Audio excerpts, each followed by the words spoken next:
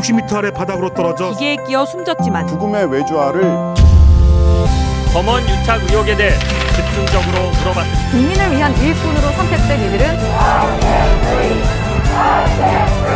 국가로부터 생명을 지키고 싶다고 절규했습니다. 반창고 자국으로 가득한 모든 의료진들이 연대하여 덕분에 감사합니다.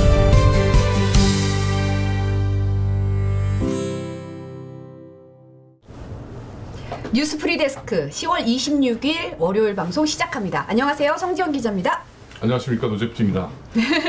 많이 놀라셨을 것 같은데. 그러니까 오늘은 네. 오프닝부터 두목님과 함께합니다. 김민아 아나운서가 좀 일이 있어서요. 오늘 이렇게 둘이 앉아보는 건 처음이죠. 그러니까 뭐 굉장히 저는 뭐 익숙해요, 이런 자리가. 근데 저는 이제 오늘 그거 안 하시네. 양방향 소통 라이브 뭐 그러잖아요. 왜 오늘 안 하셨어요? 그 오프닝도 너무 비슷하게 한다고 뭐라 그랬잖아요, 저번에. 근데 그게 사실 김민호 아나운서 그거 잘하더라고. 그렇지. 근데 우리는 잘 안 붙어요. 저 사실은 근데 이거 좀 바꿀 때가 됐어요. 우리가 오늘이 몇이요? 78회. 78회인데. 아까 안가주막님이 프리데스크라는 게 있었냐 그래가지고 저희가 지금 위기님 2달이 아니라 넉 달 됐어요. 넉 달. 네, 저희가 6월 29일날 첫 방송 했기 때문에 벌써 시간이 많이 흘렀습니다. 이세희님께서 투혼을 사로잡는 노재필 기자. 이사람이 가짜 필이 왜 나와? 오늘 좋습니다. 네. 박수빈님이 김민호 아나운서 출장 가셨나요 하셨고. 에다누님 시작부터 약간 뭐 부담스럽다고 하시네요. 네. 5분 컷이어야 되는데 네. 처음부터. 그래서 양방향 소통 라이브 이거 하지 말고 네. 내일부터는 여러분의 저녁을 뭐 유익하게 책임져 드리겠습니다. 이런 거 어때요? 좋다. 여러분의- 방금 생각한 거예요? 네, 방금 생각한 거죠. 오. 재미있고 유익한 방송 프리데스크 노재필입니다. 네? 김민호 아나운서 못 돌아오는 겁니까? 원래 휴가 가면 안 돼요. 자리 비우면 안 돼. 이런 거는 사실은 내일 어떻게 될지 몰라요. 내일도 제가 여기 앉아 있을 수 있어요. 네, 여러분의 반응이 좋으면. 네. 자, 오늘도 580여 분이 계신데 네. 김민호 아나운서보다 굉장히 속도가 빠르죠? 좀 서로 들어오는 속도가. 네. 조금 아무튼 뭐 불안하네요. 네. 환영합니다. 네. 어서 들어오시고요. 첫 순서부터 들어가겠습니다. 네.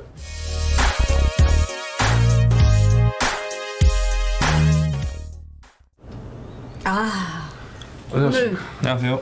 프리 초대석에는 지구환경팀의 김민욱 기자와 함께하겠습니다. 어서 오세요. 안녕하십니까. 지난번에 오실 때는 뭐죠? 스트레이트 팀. 팀이 좋고 팀이었습니다. 네. 이번에 인사가 나시면서 지구환경팀으로 가신 것 같아요. 네, 지광팀 됐습니다. 네. 근데 뭐 지구환경팀 그러니까. 그거 다음 질문이잖아요. 미안해. 진행을 순서대로 해야지 뭐 하시는 거야 지금? 네? 죄송합니다. 자, 지구환경팀 아무튼 두 번 나오시니까 소감이 어떠세요? 네. 원래 제가 지난 방송 때 내년 이맘때쯤 한번 나와보든지 말든지 하겠다 이런 네, 말씀드렸었는데 뭐 이렇게 한 달 반 만에 다시 나오게 되니까 정말 늪이구나 여기. 네, 이렇게 부서를 바꿔가면서까지 또 나오게 될 줄은 꿈에도 몰랐습니다. 저랑 성 선배랑 둘이 사실은 이제 보도국의 하이에나라고 복도 지나가다가 이제 마주치는 선후배님들 있으면 오늘 분장실에서도 딱 그냥 섭외. 이렇게 캐스팅. 네, 바로 네, 네. 말 조금 나올 것 같으면 바로 섭외 들어갑니다. 저도 오늘 출연을 오늘 알았습니다. 저희 계획은 원래 지난주부터 있었는데 그렇죠. 서프라이즈를 해드리기 위해서 오늘 또 말씀을 드린 건데요. 네. 그렇죠. 자, 네. 그러면은 뭐 네. 다음 질문해도 돼요? 하십시오. 네. 이게 지구환경팀이라고 그러면 이번에 새로 생긴 팀이잖아요. 네. 이름만 들으면 막 어벤져스 나올 것 같고 뭐 좀 입고 나와야 될 것 같은데 네. 누가 지은 거예요? 높으신 분이 지으신 것 같습니다. 저도 인사가 났는데 지구환경팀이라고 해서 그런 팀이 있었어요? 막 이러면서 이번에 오게 영어는 됐습니다. 뭐예요? 어스 인바이러먼트 팀인가요? 글로벌. 글로벌 인바이러먼트. 네네. 환경 이슈를 주로 다루는 팀이에요. 네, 뭐 지구 환경팀 말 그대로 뭐 금성이나 화성 같은 다른 행성의 환경이 아니라 지구의 환경을 다룬 팀이고요. 네. 아무래도 이제 뭐 코로나 19 같은 이런 전 세계적인 문제들이 있지만 또 온난화, 또 기후 변화 이런 것들이 또 저희에게 당장 큰 위협이 되는 국제적인 이슈잖아요. 이런 것들을 좀 더 심층적으로 보도해 봐야 되겠다라는 취지를 갖고 만들어졌고요. 그 팀의 초대 멤버 제가 됐습니다. 개국공신이시네. 오늘 그 네네. 어마어마한 초대 멤버가 어마어마한 첫 아이템이 나간다는 얘기를 듣고 나가기 직전에 바로 모셨어요. 오늘 방송되는 아이템이죠. 그렇죠. 네. 따끈따끈합니다. 오자마자 일단 폐기물 이슈에 대해서 먼저 취재를 해보자고 마음을 먹어서 그 폐기물들이 모아지고 다시 재활용 제품으로 만들어지는 과정을 급하게 지난주에 취재를 했고요. 그래서 이게 폐기물이 엄청 늘었잖아요. 그 문제 그리고 어떻게 처리되고 있는지 어떤 문제점들이 있는지 이런 내용들을 취재해봤습니다. 네. 공장을 다녀오셨다고 했는데, 네네. 그러니까 사실도 뭐 저도 이제 재활용을 하긴 하지만 그게 이제 어떻게 가서 재활용 되는지 사실 더 궁금하긴 해요. 근데 실제로 갔다 오신 데가 어떤 공장 다녀오신 거예요? 먼저 갔던 공장은 선별 공장이에요. 그래서 이제 폐기물들이 먼저 모여져서 재활용이 이제 다 한꺼번에 되는 게 아니라 이제 나눠져서 재활용을 해야 되잖아요. 그렇게 이제 분류하는 작업을 선별이라고 하는데 그 선별 공장에 먼저 갔고요. 그리고 그 이후에 같이 지구환경팀에 있는 김미희 기자와 함께 여러 현장들을 다녀왔습니다. 네. 먼저 그 첫 번째 선별 공장의 영상부터 보실게요. 네. 이게 재활용 폐기물 선별 공장인데요. 지게차가 플라스틱, 와. 저기 플라스틱 산이거든요. 파도처럼 막 플라스틱이 움직이죠. 저기 음식 담고 하는 뭐 그런 네네, 저기 다 플라스틱입니다. 밀어도 막 산처럼 쌓아서 올리고 있네요. 그래서 저희가 플라스틱 파도라는 표현을 썼어요. 그 네. 파도가 생기죠, 저런 식으로.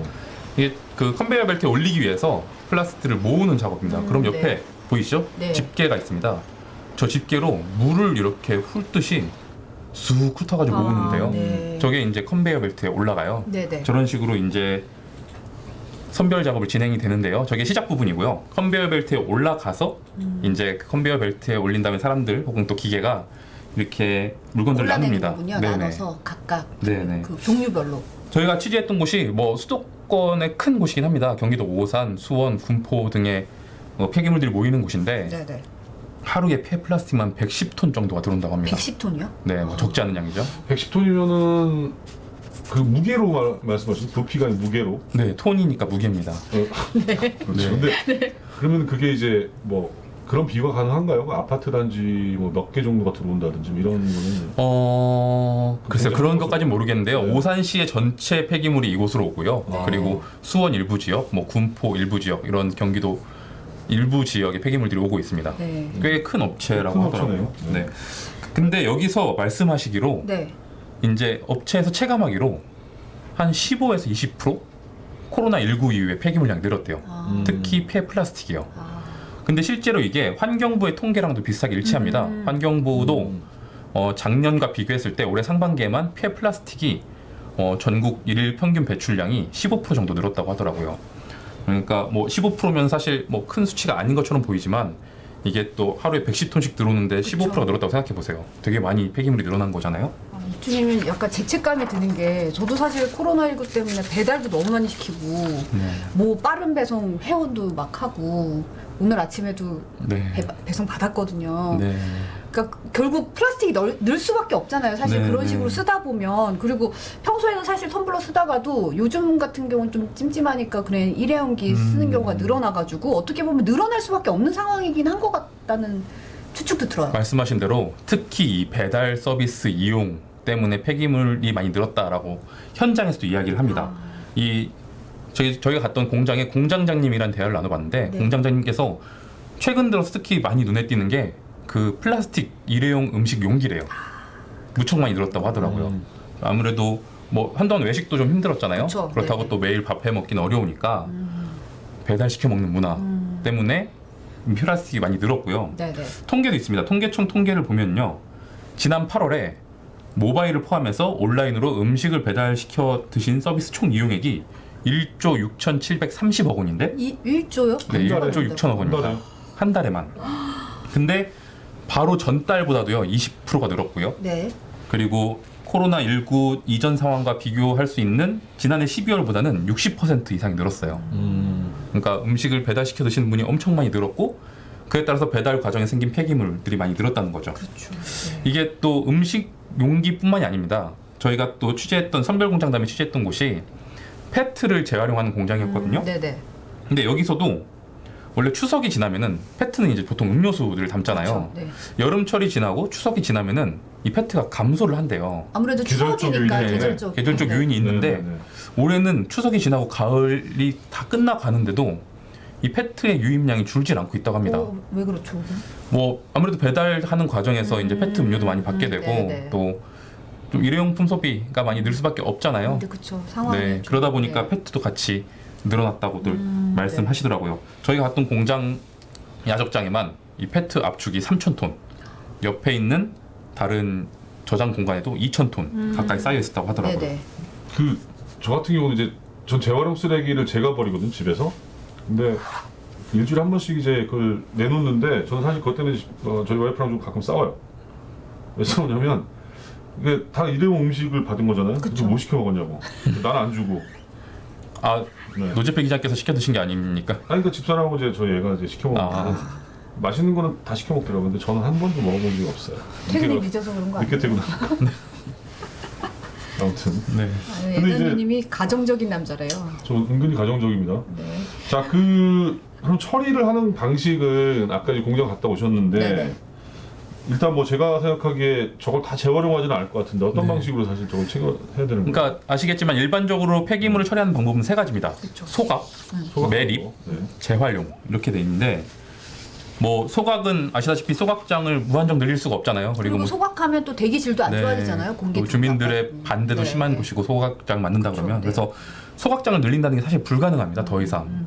그래서 소각으로 폐기물 처리를 더 늘린다는 게 어려운 상태고요. 매립도 마찬가지입니다. 요새 그 수도권 매립지에 대한 기사들이 좀 그렇죠. 나오고 있죠. 네, 네, 네. 그래서 인천 지역에서는 서울과 경기권의 매립 그 폐기물이 들어오는 걸 좀 반대하고 있고 네. 그리고 이게 좀 곧 중단이 되거든요. 그렇죠. 이거를 더 활용하네 마네 이거 가지고 이제 말들이 많이 나오고 있어서 매립도 상당히 어려운 문제입니다. 그러니까 결국 재활용률을 높여야 되거든요. 재활용률을 높여서 폐기물들이 많이 재활용될 수 있게끔 하는 게 중요한데 그렇죠. 가장 좋은 방식이잖아. 게다가 네네. 자원을 재활용하는 것 네. 자체가. 네. 근데 플라스틱은 보통 이제 페트, PP, P 이런 재질별로 모아가지고 잘게 부숴서 재생 원료를 만듭니다. 그리고 이 재생 원료로 산업용 포장재, 뭐 다른 플라스틱 제품 녹여서요. 네. 녹여서 다른 산업용 제품을 만들고 좀 질이 좋은 투명 페트 같은 경우에는 네네. 옷도 만듭니다. 아, 옷을 만들 수 있는 섬유로까지 만들어서 옷도 만들 수 있습니다. 요즘에 광고에서 그런 얘기 좀 하더라고요. 보니까. 네, 그렇게 재활용할 수 있는 방법이 많고 이렇게 네. 많이 재활용되게끔 하는 게 폐기물을 줄일 수 있는 방법 중에 하나다라는 이야기를 저희가 오늘 기사에서 준비하고 있습니다. 근데 사실은 뭐 쓰레기 양이 늘어나면 재활용품도 증가하는 거니까 업체 입장에서는 좀 좋아지는 거 아닌가요? 어떻게 보면 싸게 구할 수 있는. 저도 그럴 줄 알았어요. 어쨌든 우리 공장에서 생산하는 원재료가 폐기물이 있지만 어쨌든 원재료잖아요. 많이 들어오니까 업체 입장에서는 좋은 게 아닌가 싶었는데 그게 아니더라고요. 일단 전 세계적으로 코로나로 이제 이동이 좀 제한됐고 아. 실제로 줄었잖아요. 네네. 어떤 일이 일어난지 아십니까? 안 받는 건가요? 유가가 하락했습니다. 유가가 하락하면 안 돌아다니니까. 받는 게 낫다 이거죠. 아. 유가가 재활용하는 하락을 했어요. 건가요? 네, 그러니까 어쨌든 석유로 만드는 거잖아요. 플라스틱이라는 그렇죠, 게 그렇죠. 네. 석유로 새로운 플라스틱을 만들 수 있는데 굳이 돈을 더 들여가면서 재생 플라스틱을 쓸 이유가 없어진 거예요. 원가가 낮아졌으니까. 네. 아. 그래서 재생 플라스틱의 가격, 재생 플라스틱 제품의 가격이 떨어지면서 네. 가격 경쟁력이 약화됐습니다. 그러다 보니까 뭐 폐 플라스틱이 물밀듯이 밀려 들어와도 업체에서는 수익성이 낮아지니까 이 처리하는데 힘에 부치는 그런 상황에 이르게 됐죠. 또 하나가 사실 중국이 이제 가파른 성장 과정에서 전 세계 폐기물을 싹 들어가는 그런 블랙홀 같은 곳이었대요. 매립도 하고 이걸로 자기네들이 재활용도 하고 이랬던 모양인데 최근엔 중국도 이런 폐기물 수입을 줄여가고 있고 내년에도 이제 폐기물 수입을 사실상 더 엄청 줄이는 제한하는 조치를 준비하고 있다고 합니다. 그러다 보니까 폐기물 처리의 비용이 상승하겠죠. 그러면 또 원가도 떨어지게 될 거고요. 그러니까 이제 저 입장에서는 보면은 저 같은 경우도 저희 집에서 이제 그 먹으면 이걸 이제 세척해서 이제 이물질이 묻으면 안 된다고 그래가지고 갖다 주긴 하는데 네네. 근데 결국에는 이제 플라스틱 폐기물을 재활용률을 높이는 방법 사실 뭐 제가 제목으로 뽑아놨긴 했지만 네 맞습니다. 어떤 게 있을 것 같아요 사실. 제목이 딱 정확합니다. 네. 라벨 네. 제거해야 됩니다. 왜냐면은 이 플라스틱 그러니까 폐 플라스틱을 녹여서 길게 늘린 섬유를 만들어 가지고 다른 제품들을 만드는 거거든요. 근데 결국은 이 섬유가 길게 늘어나려면은 점도가 중요합니다. 플라스틱이 끈적끈적해야지 이게 쭉 길게 늘어나고 가는 실로 뽑아가지고 섬유를 만들고 다른 제품을 만들게 될 거 아니에요? 근데 이게 재질별로, 색깔별로 잘 분류가 돼야 되는데 거기에 다른 플라스틱 재질 그리고 비닐 같은 이물질이 들어가면은 이 점도가 낮아집니다. 그러면 기계에서 섬유가 쭉 꼽히다가 툭툭 끊겨요. 끊어지네. 그러면 이제 섬유를 만들 수가 없는 거예요. 네네네. 그래서 오히려 부가가치가 낮은 재생 플라스틱 제품밖에 만들 수 없게 되는 거고 그러면은 당연히 재활용 업체 입장에서는 수익성이 악화되니까 뭐 재활용을 더 열심히 하기 어려워지겠죠. 근데 여기 보면 송승표님이 라벨과 뚜껑 분리 이렇게 말씀하셨어요. 네네. 뚜껑도 열어서 하는 게 나은가요?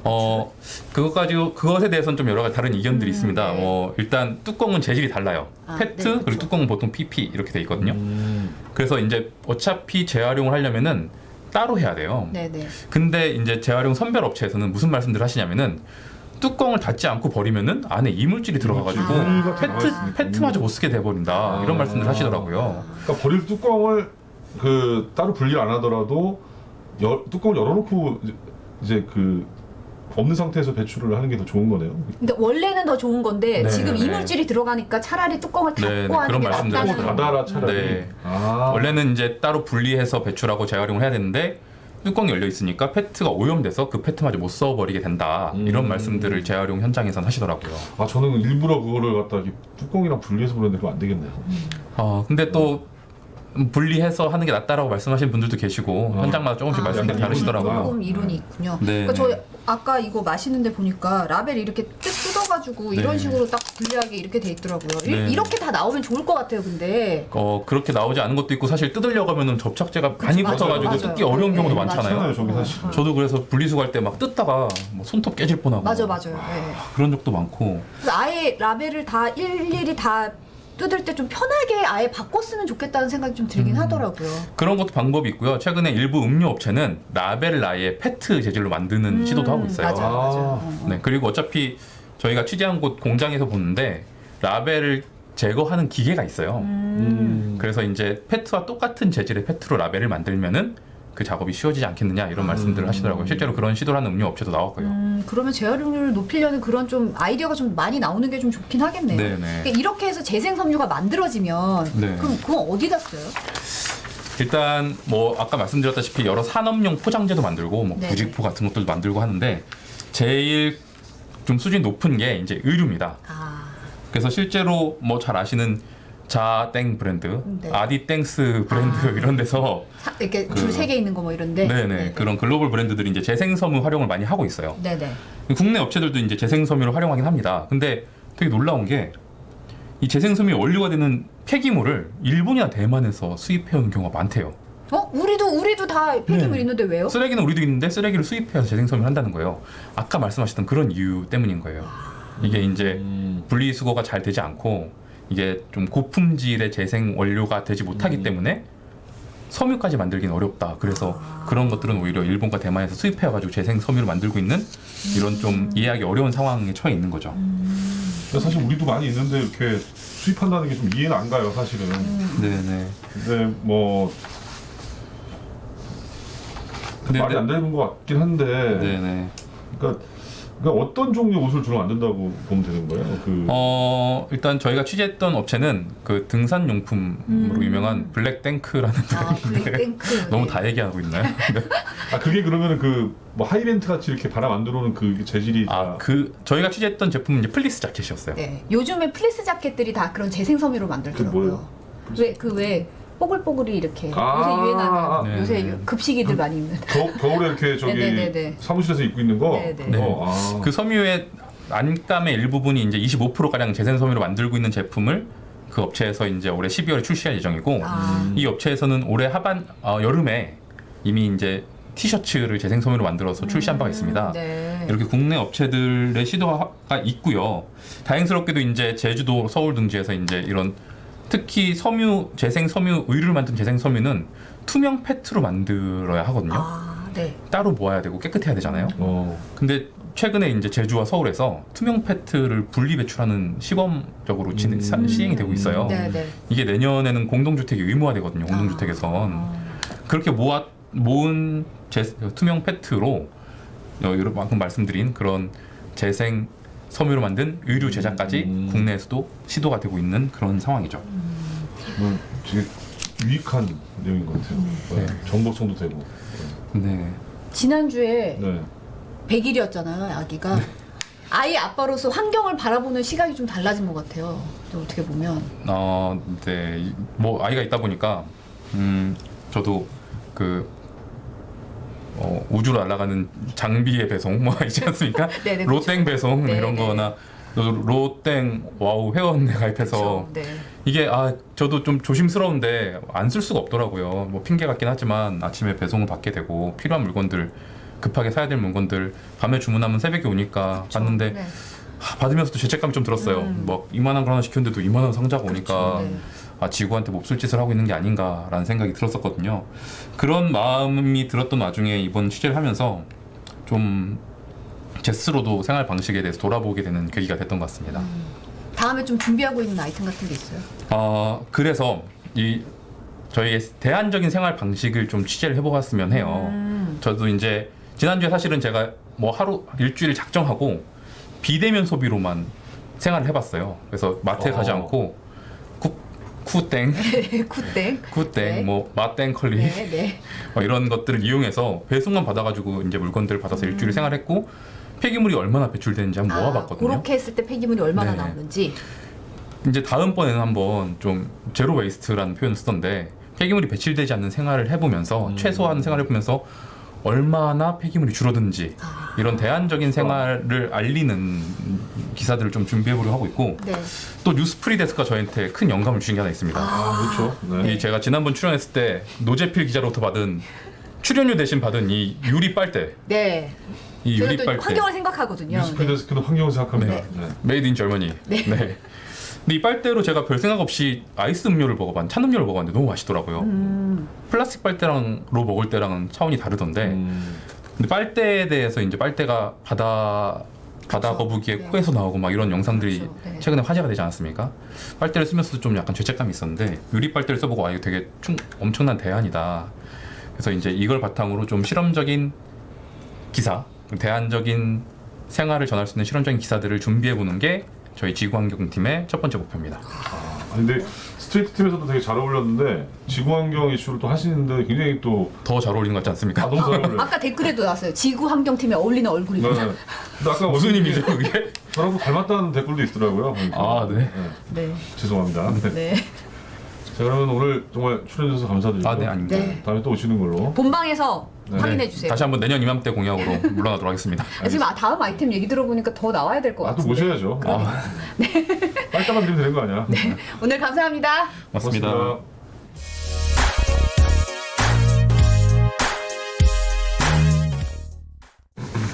네. 자, 이제 퀴즈트 드디어 산책인데 네. 오늘도 4분이네요. 이 자리 앉으면 뭐하냐고 시간이 이렇게밖에 안 남았는데. 그래도 뭐. 정말 아무튼 근데 너무 재밌었어요 사실은. 제 고민이 항상 그 배출할 때마다 어떻게 배출하는 게 좋은지 고민스러웠는데 저도 이렇게 막 씻으면서도 네. 이게 잘 되나 안 되나 걱정되긴 했거든요. 상당히 많이 그 도움이 되는 그런 자리였습니다. 네. 그래서 다시 한번 감사드리고 자 오늘은 제가 그 추미애 장관이 오늘 이제 윤석열 총장에 대한 반격에 나선 날이에요. 그렇죠. 오늘 네. 사실 이제 영상을 갖고 왔는데 제가 시간 없어서 영상 못 드려드릴 것 같고 네. 오늘 이제 그 어떤 내용이었죠? 동부 뭐 여러 가지가 있는데 저윤 총장이 그 얘기를 했잖아요. 나는 장관의 부하가 아니다. 부하가 아니다. 라고 했는데 오늘 이제 또 그런 얘기를 했어요. 그 추 장관이 당연히 이제 지휘 감독을 받고 있다. 검찰총장이 법무부 장관의 지휘 감독을 받는 자리고. 네. 근데 부하라는 단어가 생경하다 이런 얘기를 했어요. 사실 되게 생경한 단어죠. 요새같이 21세기에 저희 직장에서도 부하라는 말 쓰나요? 부하라는 말은 안 안 쓰죠, 쓰죠. 사실. 네. 사실은 뭐 그냥 후배 뭐 이렇게 쓰고 그렇죠. 동료인데 그래서 윤 총장의 발언을 좀 우회적으로 비판하는 그런 얘기를 했습니다. 네. 자 다음은 또 그 추미애 장관이 오늘 얘기한 것 중에 하나는 검사의 술접대를 확인했다라는 얘기를 했어요. 네.